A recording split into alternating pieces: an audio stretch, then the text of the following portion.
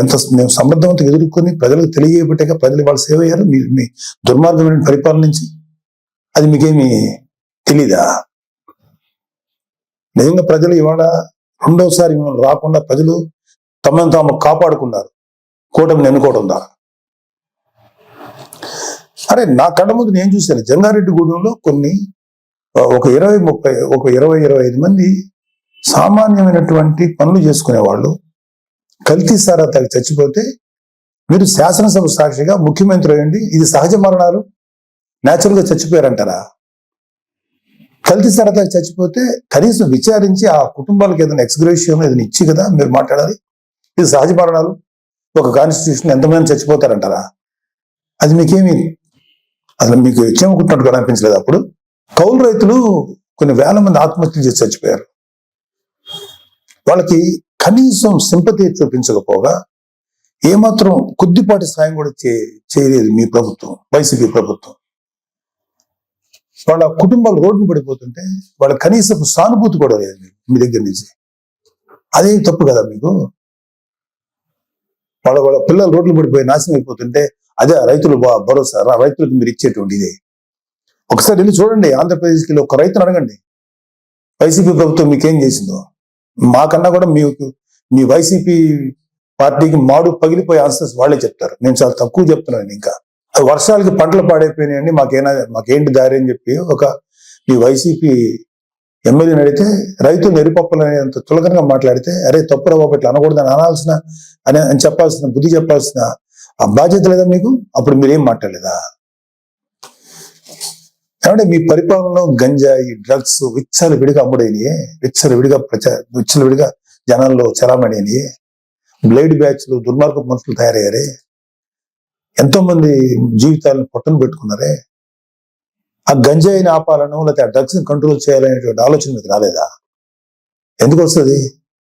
మీ ఎమ్మెల్యేలు, మీ కార్యకర్తలు ఎవరైతే ఉన్నారో ఇలాంటి పనులు చేసి వాళ్ళు అడ్వాంటేజ్ పొందుతున్నారు కాబట్టి మీరు కూడా ఏం మాట్లాడలేదు. ప్రజల పక్షాన్ని నిలబడి పోరాడుతున్న పవన్ కళ్యాణ్ గారు, చంద్రబాబు నాయుడు గారు ఇలాంటి నాయకుల్ని మీరు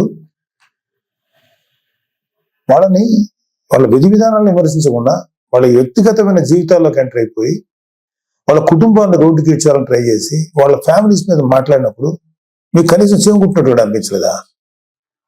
ఇదా మీరు చేసిన నిర్వాహకం. ఇప్పుడు వచ్చేసి మహానుభావులాగా ఒక మెస్సైలాగా వచ్చి మాట్లాడుతున్నారా మీరు కానీ మీ నాయకులు ఎవరైనా సరే? ఎప్పుడు తెలుసుకుంటారు మీరు? ఇప్పటికైనా తెలుసుకోండి. ఇప్పటికైనా తెలుసుకొని చేసిన తప్పుల్ని మీరు సరిదిద్దుకోండి. అసలు ఇప్పుడు అర్జెంటుగా ఇప్పుడు సెంట్రల్ గవర్నమెంట్ ఢిల్లీకి వెళ్ళిపోయి ధర్నా చేసేసి రాష్ట్రపతి పాలన పెట్టమంటారా? ఏమన్నా కొంచెం మీకు ఆలోచన ఉందా? మీకు సలహాలు ఇచ్చే వాళ్ళు ఎవరో ఇంకా తెలియట్లేదు మాకు. సజ్జలు లాంటి వాళ్ళు ఎప్పుడు వెళ్ళిపోయారో ఉన్నారో తెలియదు, లేదా అలాంటి సలహాలు వింటున్నారేమో. అర్జెంట్గా రాష్ట్రపతి పాలన పెట్టాలా? నిజంగా రాష్ట్రపతి పాలన పెట్టాల్సి వచ్చిన పరిస్థితిలో ఉంటే మీ పరిపాలనలో ప్రజావేదిక కూల్చినప్పుడే పెట్టాలి రాష్ట్రపతి పాలన. అది మీ దుర్మార్గమైన పరిపాలనని పెట్టాలి. అప్పుడు పెట్టలేదే సార్. మీరు రేపు జరగబోయే సభలకి అటెండ్ కాకుండా ఉండటానికి ఓ కొత్త నాటకాన్ని, కొత్త స్టేజ్ని క్రియేట్ చేసుకుంటున్నారు. ఢిల్లీ వెళ్ళాలని ఓ పని చేయండి, మీరు వెళ్తే వెళ్ళండి ఢిల్లీ, మాకే అబ్జెక్షన్ లేదు. కానీ రేపు శాసనసభలో మీటింగ్ జరగబోతున్నాయి కదా, దానికి మీరు రండి. మిమ్మల్ని వ్యక్తిగతంగా అనొద్దని చెప్పి నా పర్సనల్ గా నేను బీజేపీ, టీడీపీ, జనసేన ఎమ్మెల్యేని రిక్వెస్ట్ చేసుకుంటాను. మిమ్మల్ని వ్యక్తిగతంగా ఏమి అనొద్దని చెప్తాను. మీరు ధైర్యం వచ్చి మాట్లాడండి. శాసనసభని ఫేస్ చేయడానికి ఎందుకండి అంత భయం మీకు? రండి, ధైర్యంగా రండి. మీకు ప్రతిపక్ష హోదా ఇవ్వకపోయినా ఓ ప్రస్తుతానికి ఉన్న 11 మంది ప్రతిపక్ష ఫీల్ అవుతాం మేమందరం.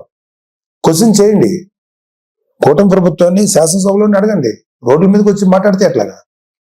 ఇలాంటి పెర్ఫార్మెన్స్లు ఎందుకు? అధికారం ఉన్నప్పుడు పెర్ఫార్మెన్సే, అధికారం లేనప్పుడు పెర్ఫార్మెన్సేనా? ఇలాంటి కథలు చేయకండి ప్లీజ్. ఇప్పటికైనా తెలుసుకోండి.